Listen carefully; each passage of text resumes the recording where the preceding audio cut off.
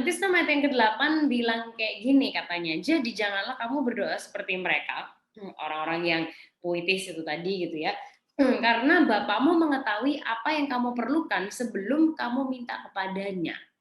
Nah, Bapak Ibu Saudara sekalian, ayat ini itu membawa banyak sekali pertanyaan kepada saya, gitu, dari banyak sekali teman. Orang bilang gini, lah kalau Tuhan udah tahu apa yang kita minta, lah ngapain kita doa? Ya kan, toh kan Tuhan sudah tahu. Ya kan, Bapak Ibu Saudara sekalian. Nah, kalau itu melintas di pikiran kita, berarti sebentar lagi kita akan mengalami breakthrough yang keren banget dalam kehidupan doa kita ya. Dan sehingga gini, ternyata doa itu bukan hanya tentang minta-minta sama Tuhan dan memberitahu Tuhan tentang masalah kita gitu. Kayak Yesus lagi bilang, oke, let's not spend too much on our needs atau list yang kita butuhkan gitu. Nah, kayak Tuhan bilang gini, kamu mau minta apa aja boleh gitu, dan kayak let me know, tell me gitu. Tuhan pengen tahu apa sih yang jadi kebutuhan kita, He wants to know. Tapi buat Tuhan, yuk kita nggak lama-lama di situ yuk gitu, karena Tuhan udah tahu gitu. Nah terus berarti doa itu apa dong, ya kan Bapak Ibu Saudara sekalian? Nah gini, hal terpenting dalam kehidupan kita itu bukan hanya sekedar pernikahan, keluarga, pelayanan, keuangan, pasangan hidup, sekolah dan seterusnya. Itu penting gitu, itu bukan nggak penting, bukan nggak boleh diperhatikan, bukan. Tapi hal terpenting dalam kehidupan kita adalah hubungan kita dengan Yesus. Dan dari hubungan dengan Yesus inilah area yang lain itu tadi, pernikahan, keluarga, pelayanan, keuangan, pasangan hidup, pekerjaan, sekolah, dan seterusnya, dari hubungan dengan Yesus inilah area yang lainnya itu kemudian teraliri. Gitu. Nah, saat hubungan kita dengan Yesus itu apa ya, bukan hanya doing well ya, tapi saat hubungan kita dengan Yesus itu solid, maka dari situlah ini kemudian meluber gitu ke area kehidupan kita yang lainnya gitu. Nah, alasan utama Tuhan mengundang kita ke sebuah hubungan yang istimewa lewat doa ini bukanlah untuk meyakinkan Tuhan, bukan hanya sekedar kayak jampi-jampi keberuntungan ya, bukan sekedar kayak help me, bless me, help me, bless me, help me, bless me. Bukan hanya gitu, itu hanya sebagian kecil dan Yesus bilang dia udah tahu gitu. Nah, alasan utama kita berdoa adalah ini Bapak Ibu sekalian, karena Tuhan mengundang Anda dan saya ke dalam sebuah hubungan yang sangat intim dan connection yang terjadi saat kita ada di dalam ruangan yang tersembunyi dengan Bapa di sorga. Saya ulangi sekali lagi, alasan utama kita berdoa adalah karena Tuhan mengundang Anda dan saya ke dalam sebuah relationship yang sangat intim, connection yang terjadi antara Bapa di sorga dengan kita gitu. Dan ini adalah hal yang terpenting karena semua aspek kehidupan kita yang lainnya sumbernya itu dari sini gitu. Terus imbalannya apa dong gitu? Imbalannya itu adalah gini, rasa damai bahwa Tuhan ada bersama dengan kita, rasa garansi bahwa Dia itu ada dengan kita, waktu Dia bilang iya, enggak, tunggu, ataupun waktu Dia nggak bilang apa-apa sekalipun. You know, so it's the relationship. Again, bukan hanya sekedar transaksi. Karena gini, banyak orang yang mengira gini, kalau doa kita dijawab itu sama dengan apa yang kita minta dikasih. Ya nggak, Bapak Ibu Saudara kan gitu. Doa kita dijawab tuh berarti artinya apa yang aku minta dikasih. Oh, berarti doanya dijawab. Tapi kan sebenarnya gini, Bapak Ibu Saudara, kalau misalnya Anda nanya saya, ya kan, Elisheba mau makan mie nggak gitu, ya kan? Terus tapi saya jawabnya, oh enggak, saya enggak mau makan mie karena tadi saya udah makan. Saya tetap jawab kan, Bapak Ibu Saudara sekalian.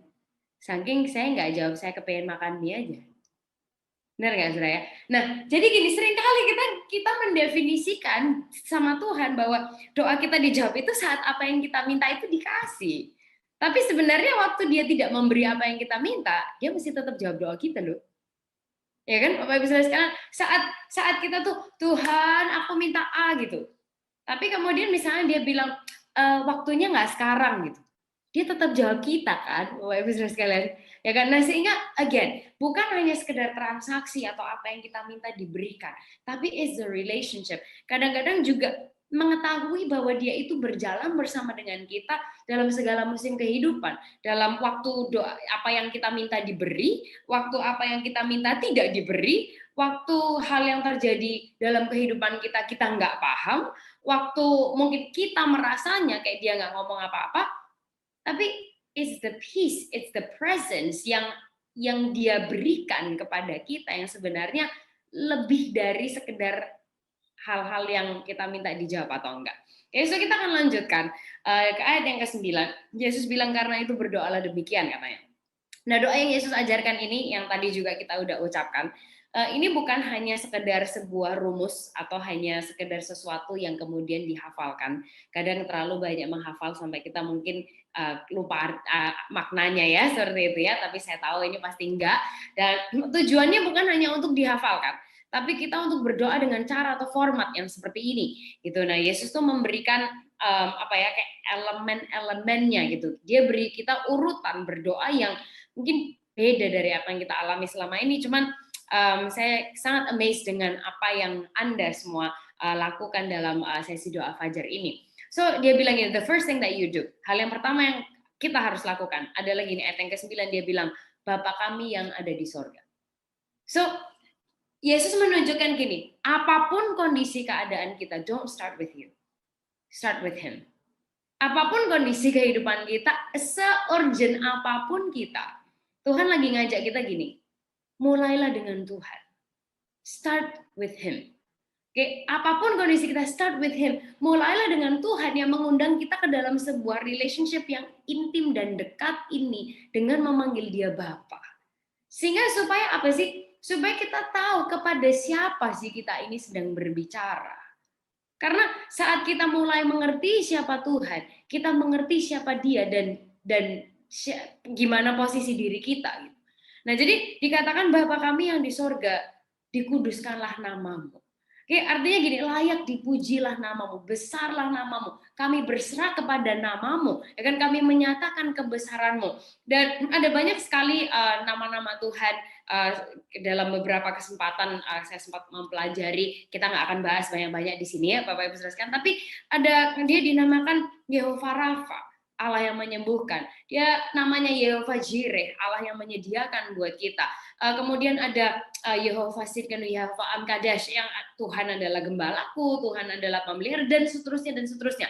Kenapa sih Bapak Ibu saudara sekalian? Dan ada beberapa kawan yang juga nanya sama kita, kenapa sih Tuhan itu menciptakan kita tuh untuk supaya kita tuh nyembah-nyembah Dia gitu. Segitu perlunya ya Dia disembah kayak gitu, saudara. Kayak menurut saya gini, pertanyaan itu aja sebenarnya udah agak salah ya. Karena gini, Tuhan itu nggak segitu insecure untuk butuh disembah-sembah sama kita. Ya kan Bapak Ibu saudara sekalian? Soalnya gini, kayak penyembahan kita terhadap Dia itu juga nggak segitu sempurnanya gitu. Kalau tadi misalnya Pastor Yongki bilang saya ini bagian dari Sound of Praise dan lain sebagainya. Waktu saya menyembah Tuhan, banyak falesnya Bapak Ibu saudara sekalian. Enggak sih, sehingga Dia itu nggak segitu insecure-nya sampai butuh-butuh gitu disembah sama kita. Nah, lantas pertanyaan, kenapa dong?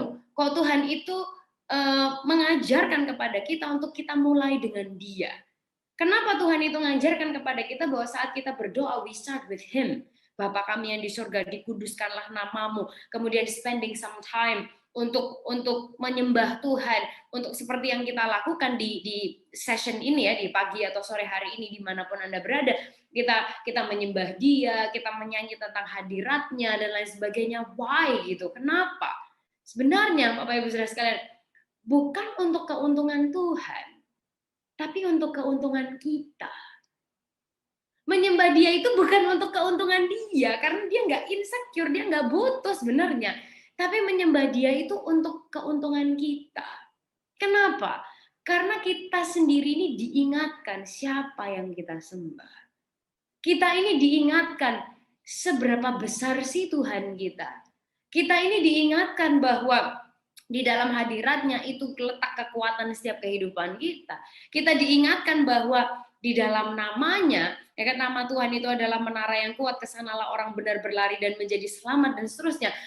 Sehingga kita itu diingatkan gitu sebagaimana seberapa besarnya Tuhan dan seberapa butuhnya kita ini akan Dia dan peranannya dalam setiap kehidupan kita. Bapak Ibu saudara sekalian. So, waktu Yesus tuh mengajarkan Bapa kami yang di sorga, dikuduskanlah namamu, untuk kita memulai dengan Dia.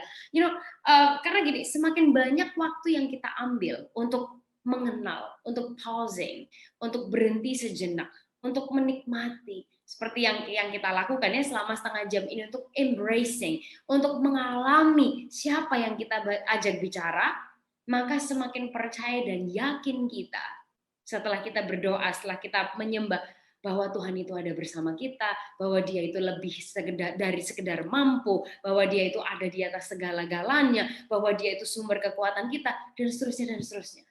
Nah, seringkali tuh gini, Zra, kita nggak ambil waktu di sini gitu. Waktu kita doa, ya terima kasih Tuhan untuk hari ini, thank you for this, thank you for that. Okay, God, now what I need. Ya kan seringkali kita gitu, Tuhan terima kasih buat hari ini, terima kasih buat tadi malam, ya kan sekarang nih Tuhan ya saya tuh butuh A, B, C, D, E, F, G. Seringkali itu yang kita lakukan. Yesus bilang, it's fine gitu, bukannya terus Yesus marah sama kita, enggak juga gitu. Tapi Yesus bilang, you miss out. Kamu kehilangan sesuatu gitu. Nah sehingga Bapak Ibu Saudara sekalian waktu dia ajak kita untuk tutup pintunya, untuk nggak worry tentang seberapa puitis kita, untuk kita nggak terlalu panjang di kebutuhan kita. Tuhan itu kepengen ajak kita untuk ambil waktu. Seberapa lama sih? It doesn't matter. Bukan tentang kata-katanya, bukan tentang seberapa lamanya gitu. Karena gini Saudara, untuk Anda yang sudah menikah lama gitu ya, ingat nggak sih waktu dulu masih pacaran ya, Anda duduk berdua, terus tatap-tatapan gitu ya, terus kayak bisa senyum aja gitu ya, Bapak Ibu Saudara sekalian, terus saya itu kayak dibilang, kamu cantik loh gitu. Ah masa sih kamu gombal gitu ya, Bapak Ibu Saudara, ih gombal itu kalau orang perempuan ya, artinya ini saya perempuan ya kan, kayak gombal tuh artinya apa sih? Ngomong lagi dong gitu artinya ya. Jadi buat Anda yang pria-pria kalau istrinya ngomong, kamu bohong lah, kamu gombal lah, artinya apa sih? Kasih tahu gue lagi dong gitu ya. Jadi bapak-bapak, saya perempuan ya, saya kasih tahu nih secretnya kita nih para wanita-wanita. Ya kan? So, sebenarnya tuh apa sih dikasih tahu gitu seneng banget. Seneng banget. Nah, atau mungkin yang masih muda yang seusia saya gitu-gitu ya, atau kita mungkin pacaran atau baru nikah gitu. Ingat gak sih momen-momen yang kayak gitu yang dimana kita bilang aduh kayak seneng loh bisa bareng sama kamu, you know, kayak times that I get to spend with you or such great days, you know. Atau mungkin kita nggak pandai berkata-kata tapi just the feeling about the person ya kan, kadang-kadang cuma duduk nikmatin waktu berdua atau just going for a walk with the person, you know. Bayangin Bapak Ibu sekalian kalau misalnya kita pas lagi gitu ya, dulu kayak pas lagi romantisnya gitu ya, terus ada lagi pandang-pandangan, terus habis itu ada yang bilang gini, salah satu ngomong gini, ya udahlah ya, yang penting kita kan udah tahu suka sama suka, ya udah. Kayak rusak banget gak sih momennya ya Bapak Ibu Saudara sekalian, kayak hancur Nina gitu ini kayaknya momen dulu dari tadi ya kan. Nah sehingga gini, it's the heart connection. Saat kadang-kadang tuh we don't really need to say anything, but just be with the person. You know, nah Tuhan itu mengajak kita untuk merasakan hal yang sama. Kayak gitu antara kita sama Tuhan. You know, so saya senang banget bahwa di momen-momen doa fajar ini atau depending on your time zone, kita tuh setengah jam kita ambil waktu untuk kita worship, untuk kita being reminded akan siapa Tuhan, dan lagu-lagu pujian dan penyembahan yang membantu kita banget gitu untuk merimain kita siapa sih Tuhan dan apa sih yang Dia itu kerjakan buat setiap kehidupan kita, dan mengingatkan kita lagi kepada siapa kita ini berbicara, dan bahwa Anda dan saya itu diberi kehormatan untuk memanggil Dia Bapa. Dan Bapak Ibu Saudara sekalian, nggak ada loh relationship yang lain yang lebih kuat daripada hubungan ini yang Tuhan pilih dengan kita. Karena Dia milih untuk punya relationship dengan kita itu Bapa dan Anak. Yang mana ini relationship yang udah nggak bisa di-cancel oleh hal yang lain. Benar ya, Saudara ya? Kadang-kadang itu, karena gini, orang kan bilang gini, ada yang namanya mantan suami, mantan istri, ya kan, mantan guru, mantan pacar, mantan calon, cile, ya kan masih calon udah mantan lagi, ya kan, Saudara, ada mantan macam-macam gitu. Tapi nggak ada yang namanya mantan anak. Benar ya, Bapak Ibu Saudara sekalian? Sehingga itu sebuah relationship yang kayak gini. Misal contoh, saya ini lagi fed up gitu ya sama orang tua saya gitu ya, pokoknya nggak tahu, saya jengkel sama keluarga saya nggak mau lagi jadi bagian dari keluarga ini, kemudian saya pokoknya udah ngomel, saya marah, saya kepahitan segala macam, misalnya pun saya kepengen ganti nama, bisa nggak? Bisa. Nah kan di Indonesia diurus suratnya, oh bisa banget. Misalnya nama saya Elizabeth Sutopo, aslinya saya nggak kepengen lagi jadi bagian dari Sutopo. Misal ya, surat ini hanya permisal, I love my family, I don't hate them. Misalnya saya nggak mau lagi deh gitu, kayak saya nama saya jadi apa ya, saya gantilah gitu, kayaknya keluarganya Pastor Yongki ini keren banget, saya minta ganti nama saya Elizabeth Wiranegara, Cile. Ya kan, saya ganti, bisa nggak? Bisa. Ya kan, terus tapi gini, selama-lamanya di akte kelahiran saya itu adalah nama saya itu Elizabeth whatever it is, anaknya Bapak A dan Ibu B. Even if misalnya akte kelahiran itu saya robek dan saya bakar, ya kan? Tidak bisa saya pungkiri yang mengalir di tubuh saya, di darah saya itu adalah DNA-nya Bapak dan Ibu saya. Ini sebuah relationship yang nggak bisa di cancel oleh apapun gitu. Nah, sehingga itu yang Tuhan yang initiate itu relationship yang seperti itu untuk dia miliki dengan Anda dan saya. So, kita tuh dikasih kehormatan loh untuk memanggil dia itu Bapa. Bapa kami yang di sorga. Dikuduskanlah namamu. So, saat kita datang ke sebuah momen waktu yang kita fokus sama Tuhan, yang kita nggak worry tentang seberapa bagus kata-kata kita atau enggak, kita nggak worry tentang apa yang akan orang lain atau Tuhan sendiri pikirin tentang kita. Kemudian kita mulai dengan kita mengerti bahwa it's not about transaction, tapi ini tentang relationship. Kemudian kita mulai dengan dia, kita mulai dengan Bapa. Kita mulai dengan memuji dan memuliakan namanya, mengingatkan diri kita lagi akan siapa dia, apa yang bisa dia lakukan buat kehidupan kita. Bapak Ibu Saudara sekalian, I think it's an amazing start untuk sebuah relationship yang itu tadi tidak bisa di cancel oleh apapun. So, saat kita tuh kadang-kadang berdoa gitu, stay a while, stay a little bit longer in this topic, akan siapa dia. Dan we will be so surprised. At least saya seringkali terkejut dengan setelah saya tuh mengulang kepada diri saya sendiri tentang siapa Tuhan, and then all the other problems kayaknya ya udahlah, Tuhannya itu kayak nggak penting lagi gitu untuk diomongin gitu, karena kayak ya Tuhannya udah segitu luar biasanya gitu, Bapak Ibu Saudara sekalian. But again, bukan berarti bahwa kita tidak boleh ya membawa permohonan kita kepada Tuhan, oh please do, karena dia sangat mau tahu dengan semua yang terjadi dengan kehidupan kita. Cuman again, dia itu mengundang kita kepada sebuah relationship yang segitu intim dan segitu dekatnya dengan Anda dan saya. Gitu. So, untuk bagian yang berikutnya kita akan continue di minggu depan, dan minggu depan ini adalah bagian yang mungkin kadang-kadang kayak agak susah dan pengen kalau bisa kita skip aja gitu ya, Bapak Ibu Saudara sekalian, tapi Yesus mengajarkan itu kepada kita, so kita akan bahas dan lanjutkan itu minggu depan. Cuman again, alamilah sebuah relationship dengan Tuhan yang lebih dekat, lebih intim, lebih dari sekedar list permohonan kita, tapi dia mengundang kita kepada sebuah relationship yang tidak bisa di cancel oleh apa.